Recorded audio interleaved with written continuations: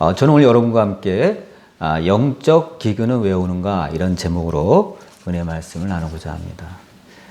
요즘 주말마다 가을을 재촉하는 비가 내리고 있죠. 원래 이 추수기에는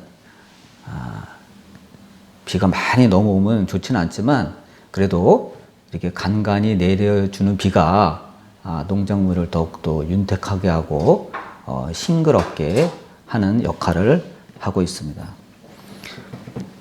하여튼 이 비는 우리에게는 없어서는 안 될 귀중한 수자원이에요. 여러분, 우리 몸도 한 70%는 물로 이루어져 있다 하죠. 신기해요. 혈액의 99%는 당연히 물로 이루어져 있고 뼈도 25%는 물로 이루어져 있다 그래요. 근육도 상당수가 75%가 물로 이루어져 있다 그래요.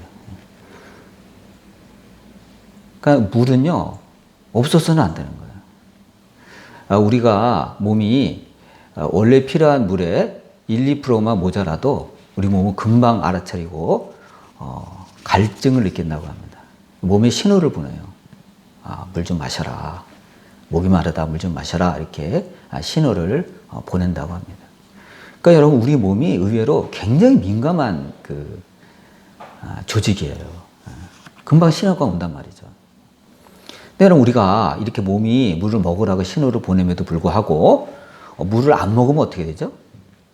뭐 귀찮아서 안 먹든지 어쩔 수 없이 뭐 상황이 그래서 물을 못 마시든지 그런 어떤 일이 벌어지죠? 우리 몸은요 탈수 현상이 일어나요. 그런 일이 자주 되면요 만성 탈수 현상이 일어나요. 그러면 우리 몸은 활력을 잃게 된다고 합니다. 몸에 물이 적정량이 있어야 이렇게 혈액이 돌아가면서 우리 몸에 필요한 영양소와 이 산소를 공급하는데 그 기능이 저하되니까 우리 몸이 쇠잔해지는 거예요. 저항력이 없어지는 거예요. 면역력이 떨어지는 거예요. 그래서 각종 질병에 노출되거나 병에 걸리기 쉬운 현상이 벌어지는 게 우리 몸에 이 조직이 그렇게 돼 있어요. 여러분, 우리가 이 몸에 물이 1, 2%만 없어도 이렇게 갈증 현상으로 물을 마시라고 우리 몸에 신호를 보내는데 우리 영도 마찬가지예요. 똑같은 원리예요, 사실은. 우리 영도 하나님의 말씀을 듣지 못하고 즉 섭취하지 못하면요 우리 영도 이러한 신호를 보냅니다. 마음이 허전해요. 고민이 가중돼요. 부정적인 생각이 막 들어요. 왜죠? 말씀이 우리를 붙잡아주지 못하기 때문에 그러한 현상이 빚어지는 것입니다. 그렇다면 여러분, 이 영적인 기근은 왜 오죠? 그것은요 하나님의 말씀을 경시할 때 보는 거예요. 여러분, 요즘 말씀을 얼마나 잘 먹을 수 있는 상황인지 몰라요. 성경 있죠. 성경도 뭐 여러 가지로 번역이 되어 있잖아요. 뭐 개역 성경도 그렇고 뭐 새번역도 그렇고 현대인을 위한 성경도 그렇고 우리가 성경을 안 읽어서 그렇지 성경을 읽으려고 마음만 먹으면 얼마든지 읽을 수 있어요. 더 쉬운 어린이 성경도 있어요. 그래서 어떤 목사님은 성경이 좀 어려우니까 잘 이해가 안 되시는 분들은 어린이 성경부터 읽어라 이렇게 권하는 분들도 있어요. 그거 맞아요. 이해가 안 돼가지고 아예 성경을 덮어버리니 쉽게 어린이들이 볼 수 있도록 만든 어린이 성경이나 현대인을 위한 성경 이런 거 보고 말씀을 공부해도 참 좋다고 생각을 해요. 또 요즘 인터넷만 켜면 얼마든지 각 교회마다 또 기독교 인터넷 TV 이런 데서 말씀이 정말 쏟아져 나오죠. 이런 환경 가운데 살고 있어요. 근데 그럼에도 불구하고 그 많은 말씀이 홍수처럼 쏟아져 나옴에도 불구하고 왜 우리 이 현대인의 마음이 왜 허전하냐, 왜 갑갑하냐. 그것은 하나님의 말씀이 홍수처럼 쏟아져 나오지만 우리가 하나님의 말씀을 진정으로 받아들이지 않기 때문입니다. 말씀을 신뢰하지 않는 거예요. 그러니까 말씀 따로 내 신앙 따로 내 생활 따로 노는 거예요. 그러니까 말씀은 있으되 그게 우리에게 크게 영향력을 끼치지 못하는 겁니다. 여러분, 하나님은 우리 인간을 창조하실 때 영과 혼과 육으로 창조하셨어요. 영, 혼, 육. 근데 여러분, 동물은 영이 없죠. 혼과 육으로만 되어 있어요.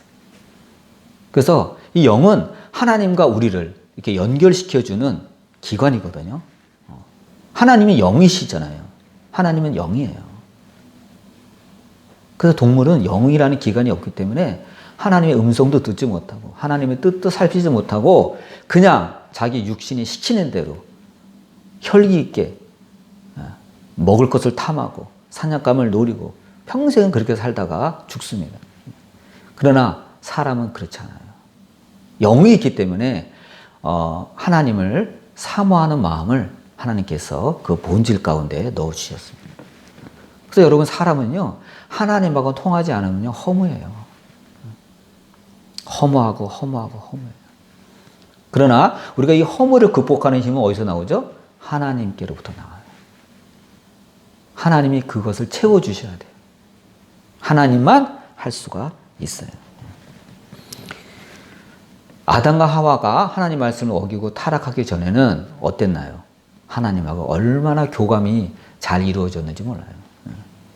하나님하고 수시로 대화하고 정상적인 삶을 살았습니다. 그러나 그가 타락했을 때 그는 하나님과의 교감하는 능력을 잃어버렸어요.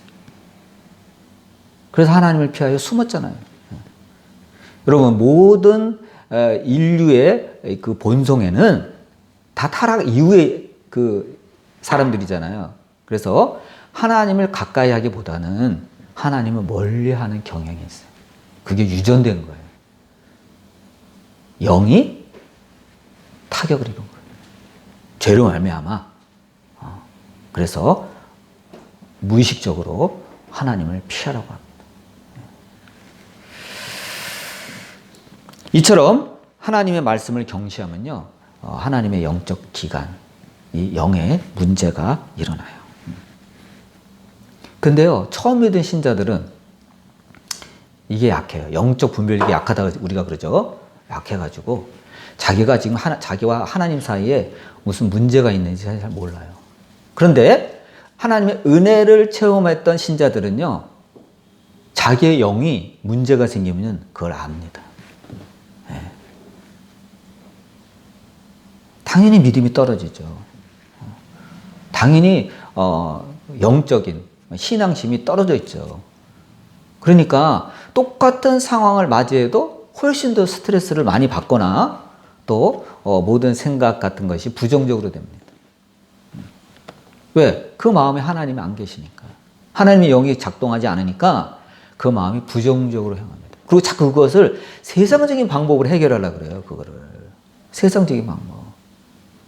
네, 여러분, 하나님의 영으로 해결될 문제를 세상적인 방법으로 해결하려고 그러면요, 해결되는 것 같으나 해결되는 게 아니에요. 계속 그 상태로 머물러 있는 거예요. 아니, 오히려 후퇴하는 거예요. 그래서 하나님은 한때 하나님의 은혜를 받았으나 이렇게 하나님 말씀 가운데 거하지 않고 방황하는 사람들을 향해서 때로는 고난을 주세요. 때로는 걱정거리를 막 안겨주세요. 왜 그러죠? 사랑하기 때문이 아니에요. 하나님께 나오라. 잃었던 기도도 회복하고 말씀을 사모하는 것도 회복하고 금식 기도라도 해서라도 하나님께 돌아오라. 제자리로 돌아오라는 거예요. 근데 그걸 모르고 하나님은 내가 하나님을 믿는데도 왜 자꾸 이런 어려운 환난을 주시지? 고민거리를 안겨주시지? 우리 그럴 때 있죠? 하나님의 깊은 뜻을 모르고 돌아오라는 사인이에요. 근데 우리가 신앙이 없을 땐 그것을 그냥 하나님의 책망으로만 느끼고 하나님이 나를 사랑하지 않나 봐 이렇게 느끼고 엉뚱한 생각을 합니다. 그게 아니에요. 사랑하기 때문에 하나님께서 초달을 하시는 거예요. 회초리를 드시는 거예요. 여러분 하나님이 사랑하지 않는 에서 같은 경우는요. 하나님이 관심도 없습니다. 유기라 그러죠. 그냥 이렇게 방치하는 거예요. 너 알아서 살아. 내가 너한테 처음에 그 능력 줬지? 그 능력 범위 내에서 살아. 마음껏 살아. 내버려둡니다. 간섭도 안 해요. 그러니까 책망도 없는 거예요. 그러나 하나님은 야곱 같은 경우는 반대로 에서를 통해서 막 초달하죠. 에서가 막 장정을 이끌고 와가지고 이 녀석 두고 말아야 막 내가 말이야 얼마나 기다린 줄 알아? 얼마나 그 심각했어요. 그때 야복강가에서 기도하면서 무너졌잖아요. 야곱이 하나님 없이는 살 수가 없구나. 내가 비록 돈을 많이 벌고 가축 떼를 이루고 결혼을 하고 자녀를 낳고 거부가 돼서 집에 돌아왔지만 야 이거 아무것도 아니구나. 돈이면 다 되는 줄 알았더니 부자만 되면 다 해결되는 줄 알았더니 그게 아니구나. 그걸 하나님께서 느끼게 하신 거예요. 그래서 그 야복강가에서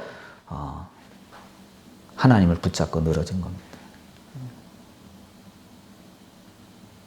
여러분 현대인들은 돈만 되면 다 되는 줄 알아요. 돈이 아무리 많아도 여러분 해결하지 못하는 문제가 얼마나 많은지 몰라요. 부자들한테 물어보세요. 부자들은 걱정이 하나도 없는 것 같죠? 그 사람들은 다른 차원으로 고민해요. 이렇게 영적 기근 현상이 자신에게 벌어졌음에도 불구하고 그것을 알지 못하는 대표적인 사람들은 누구죠? 하나님을 아예 모르는 믿지 않는 불신자들이에요. 이 사람들은요. 자기 몸에 대해서는 굉장히 민감합니다. 그래서 비싼 돈을 들여서 가더라도 해마다 건강검진을 받아요. 몇백만 원짜리 막 머리끝부터 발끝까지 종합병원에서 가서 아주 그냥 일일이 다 스캔해가지고 이렇게 철저하게 이렇게 점검하는 그런 거는 아주 그냥 보험을 들어서라도 그냥 받아요. 그런데 정작 자기 영혼에 대해서는 관심이 없어. 자기 몸만 튼튼하면 다 되는 줄 알아요. 자기 몸만 튼튼하면 나는 100년 해로할 수 있다. 이렇게 생각을 해요. 좋아요. 100년 살았다고 쳐요. 그 다음에 어떡할 거예요? 그 다음엔 죽잖아요. 만민에게 공평한 게 뭐죠? 죽음이에요. 진시황제도 별 수 없이 갔어요. 아무리 불로초를 찾아 애써도. 여러분 재벌도 갑니다. 죽음은 평등해요. 어떻게 보면 좀 다양하게 생각을 해요. 왜죠? 우리를 교만하지 못하게 하잖아요. 죽음 앞에서는요, 현인이나 어리석은 자는 똑같아요. 박사나 일장 무식한 사람이나 똑같아요. 죽음 앞에서는. 그렇게 자기 몸을 위하면서도 자기 영혼에 대해서는 도대체 대책이 없는 사람들이 길거리에 질비합니다. 근데 우리는 그걸 안 사람들이 아니에요. 영혼에 대한 대책을 우리는 세우고 사는 사람들이잖아요. 얼마나 감사한지 모릅니다.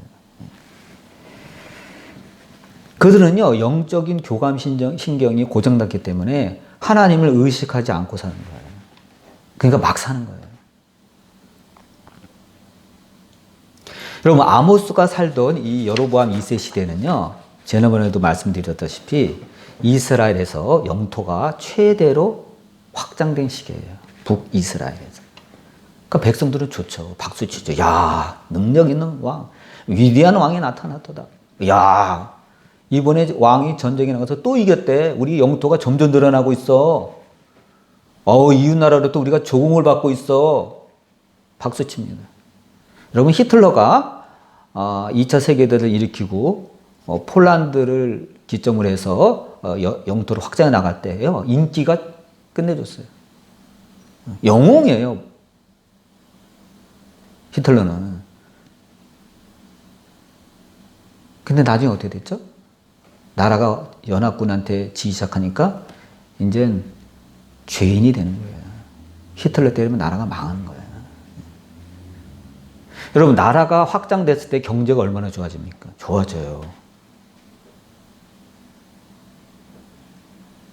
약탈한 것들이 들어오죠. 약탈물이 들어오잖아요. 자원을 손쉽게 얻을 수 있잖아요. 얼마나 보탬이 됩니까? 여러분, 바벨론은요, 약탈 경제로 번성해 나간 제국이에요. 여러분, 바벨론이 힘이 약해지기 시작한 그 주요 원인 중에 하나가 더 이상 확장을 못했을 때부터 나라가 쪼그라들었습니다. 약탈 경제. 여러분, 영국도 옛날에 해가 지지 않는 나라라 그랬잖아요. 5대양 6대주에 다 자기 식민지가 있어요. 그러니까 항상 영국 깃발이 펄럭여요. 그 얼마나 나라가 부강해요. 근데 그 식민지들이 점점 어떻게 해요? 2차 세계대전이 끝나고 독립을 하면서 영국이 쪼그라들었잖아요. 지금은 영국 연방이 해체되는 것을 걱정해야 될 지경이에요. 우리가 그걸 알아야 돼요. 여로보암이 얼마나 인기가 있었겠어요. 근데 아모스가 지적한 건 뭐죠? 거기에 하나님이 노여워하시는 불의가 있다는 거예요. 여러분, 러시아가 우크라이나 크림 반도를 접수하고 우크라이나를 막 집어삼킬 때 백성들은요, 박수 쳐요. 왜? 우리 땅 넓어졌다 이거예요. 그러나 그 사람들이 그 침략 전쟁 가운데 아무 죄 없는, 예? 그 상대방 나라의 백성들이 죽어간 것에 대해서는 생각을 안 해요. 마찬가지예요. 여러분, 여로보암 2세가 영토를 확장할 때 그 주변 나라들은 어떻게 된 거죠? 죽어간 거예요. 하나님은 그걸 문제 삼은 거예요. 그렇게 해서 나라 영토를 확장하면 무슨 소용이냐 이게. 그렇게 해서 부자가 되면 무슨 소용이 있냐 이게. 하나님은 아모스를 통해서 그걸 지적한 것입니다. 이 나라에 사랑이 없다. 사회 정의가 없다. 공의가 없다. 용서 못한다. 세상 역사는 영웅이라고 여로보암 2세를 기록했을지 모르지만 성경은요, 죄인으로 기록해놨어요. 일대 왕이었던 여로보암의 죄를 따라갔다고. 세상 나라들은 북이스라엘 요즘 잘 나가네 하고 부르었을지 모르지만 하나님 보시기에는 사회 정의가 실종되고 재력 있는 자들과 권력자들이 양민들을 탄압하고 불의를 저질러 재물을 쌓고 우상을 섬기고 점을 치고 하나님을 멀리했다는 것에 대해서 아모스를 통해서 책망하셨어요. 여러분, 그들이 그것에 전념하느냐고 하나님의 말씀을 듣지 못하게 됩니다. 관심도 없어요, 여러분. 그럴 때 그들의 영은 어떻게 되죠? 점점 죽어가는 거예요.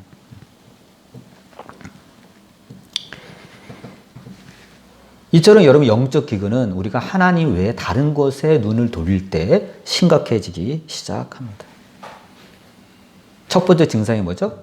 하나님이 더 이상 말씀을 안 주세요. 말씀 안 줘요. 심각한 거예요, 여러분. 여러분, 사무엘 시대 때 엘리 제사장이 있었죠. 어린 사무엘은 뭐를 했죠? 엘리 제사장 밑에서 수종하는 조수 역할을 했어요. 그런데 참 웃겨요. 하나님 말씀이 들려왔는데요. 정작 그 고수였던 엘리 제사장은 하나님 말씀을 못 들어요. 하나님 말씀이 못 들어요. 귀가 없어서가 아니에요. 하나님께서 엘리 제사장을 귀에는 말씀을 안 주세요.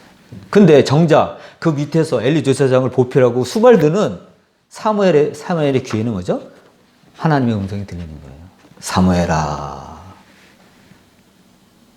어린 사무엘은 그것도 모르고 엘리 제사장이 자기 부른 줄 알고 가잖아요. 나 너 안 불렀는데? 그랬습니까? 내가 잘못 들었나 보다. 또 가잖아요. 사무엘아. 또 가요. 나 너 안 불렀어. 또 사무엘아. 그러니까 비로소 또 오니까 엘리 제사장이 알아듣잖아요. 야. 하나님이 너한테 말씀하시나 보다. 너 네 처소에 가서 또 한 번 음성이 들리면 내 종이 여기 있나이다. 그렇게 대답해라. 그래서 그 대답하니까 정말 하나님의 말씀이잖아요.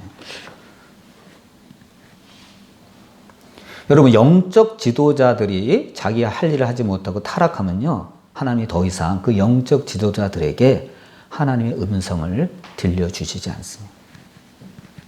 그것은요, 오늘날도 마찬가지예요. 무서운 거예요, 여러분. 여러분, 지금 우리나라에 있는 목사님들이 설교 준비할 때 어떻게 설교 준비하죠? 하나님 말씀 본문을 깊이 보고 깨닫고 기도하고 또 주석도 보고 또 관련 책도 찾아보고 그렇게 해서 대부분 하잖아요. 근데 여러분, 저도 그것이 기본이에요. 그걸 통해서 말씀을 준비해요. 이번 주는 성도들한테 어떤 말씀이 좋을까 하고 기도하면서 해요. 근데 그거는 아무것도 아니에요. 그건 기본이에요, 여러분. 그건 아무것도 아니에요, 그거는. 정작 뭐가 있어야 되죠? 설교 준비할 때? 하나님이 통찰력을 주셔야 돼요. 통찰력. 여러분, 통찰력을 주셨을 때 하는 설교랑 설교문 작성 잘게나 하나님의 통찰력이 없이 그냥 성경 본문 열심히 읽고 뭐 원어 찾고 뭐 본문 찾고 뭐 주석 찾고 차원이 틀려요, 여러분. 그냥 책 줄줄줄 읽어지는 거랑 별 다름이 없어요. 그러나 여러분, 통찰력을 주시면요, 깜짝 놀라요. 야, 이 말씀 가운데 이런 게 있었나? 영적 지도자들이 타락을 하면 하나님이요, 통찰력을 주시지 않습니다. 얼마나 답답한지 몰라요. 여러분, 하나님이 통찰력을 주시지 않아요. 얼마나 답답한지 몰라요. 그냥 나가서 줄줄줄 읽는 것밖에 다름이 없어요. 그 성도들의 마음에 감동을 못 줘요. 엘리 제사장이 딱 그런 거예요. 하나님의 음성을 듣지 못하고 통찰력을 잃어버린 거예요. 그래서 여러분, 사무엘은 이스라엘의 엘리 제사장의 뒤를 이어서 이스라엘의 마지막 사사요. 제사장으로서 역할을 충분히 감당했지만 엘리 제사장은 어떻게 되죠? 의자에 앉아있다 꼬꾸라져 죽어요. 목뼈가 부러져서 죽어요. 하나님이 징벌을 내리신 거예요. 몸은 비대하고 노쇠하고 전쟁에 나갔던 그의 아들 혼냐 비누아스가 죽고 하나님의 법궤가 뺏겼다는 그 소식을 듣고 충격을 받아가지고 꼬꾸라져서 목이 부러져 죽었어요. 하나님의 징벌이에요. 여러분, 하나님 무서운 분이에요, 여러분. 여러분, 아모스가 그렇게 외치던 북이스라엘은 어떻게 됐죠? 여로보암 2세가 그토록 위풍당당하게 41년간 제위하면서 이스라엘의 번영을 이루고 칭송받았지만 결국 어떻게 됐습니까? 그가 죽자마자 그의 아들이 6개월 만에 목숨을 잃습니다. 쿠데타가 일어나서. 그 쿠데타를 일으켰던 사람도 또 다음 쿠데타에서 또 망합니다. 계속 불안정한 시기를 하다가 722년에 나라가 완전히 망합니다. 영원할 것 같았죠? 여로보암 2세의 그 치세가, 그 경제적 번영이, 그 영토 확장이 영원할 것 같았죠? 하나님이 아못을 통해서 경고했던 것처럼 그 나라는 아예 역사에서 자취를 감추게 되었습니다. 그렇다면 여러분, 우리가 영적 기근에서 벗어나면 어떻게 되죠? 아모스 시대에 그 사람들이 행했던 것을 보고 반대로만 하면 돼요. 여러분, 우리가 성경 가끔 읽을 때 이해가 안 될 때 가끔 제가 여러분에게 그 말씀드린 게 있죠? 거꾸로 생각해 보라고. 여러분, 거꾸로 생각하면 되는 거예요.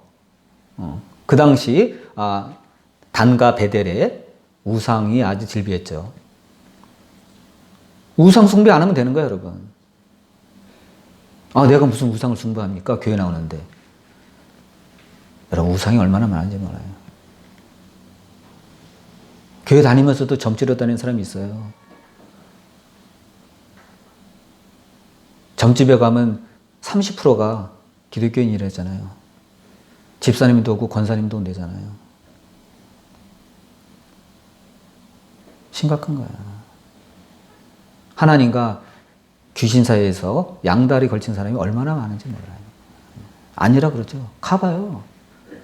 3분의 1은 기독교인이라고 그래요. 점쟁이들이, 현역 점쟁이들이 그런 소리 하는 거예요. 기가 막혀요.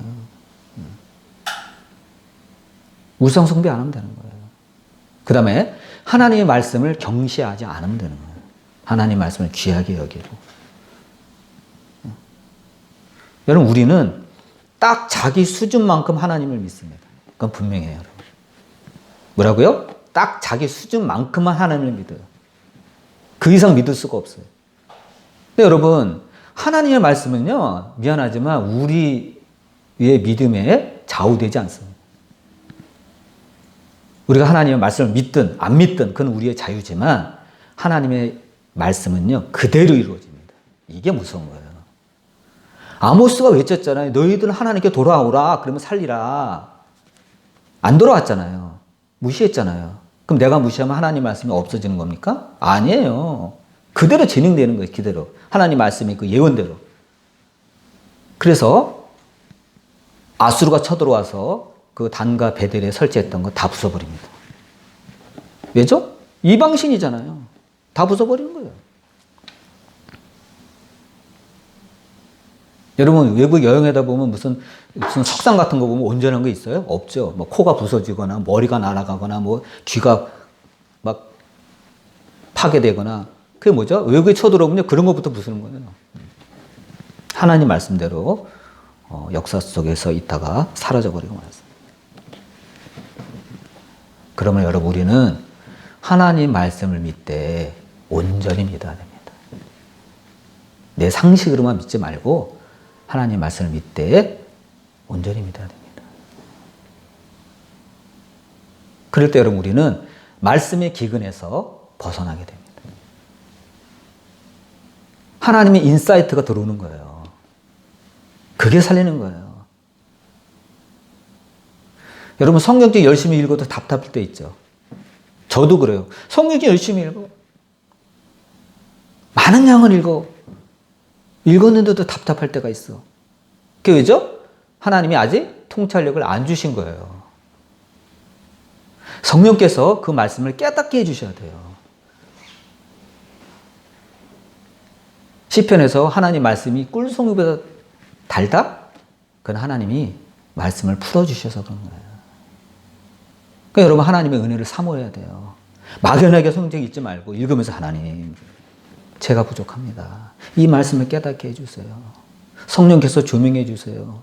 말씀의 주인이신 성령께서 이 말씀의 의미를 풀어주세요. 이 말씀이 내 머리에만 오지 않게 하시고 이 말씀이 내 가슴으로 오게 해주세요. 가슴으로 느끼게 해주세요. 그럼 그렇게 기도하면서 읽어야 돼요. 무조건 많이 읽는 게 능사가 아니에요. 그럴 때 우리는 말씀의 기근에서 벗어나게 되는 것입니다. 참 요즘처럼 하나님의 말씀이 경시되고 도전받는 시대는 없었다고 봅니다.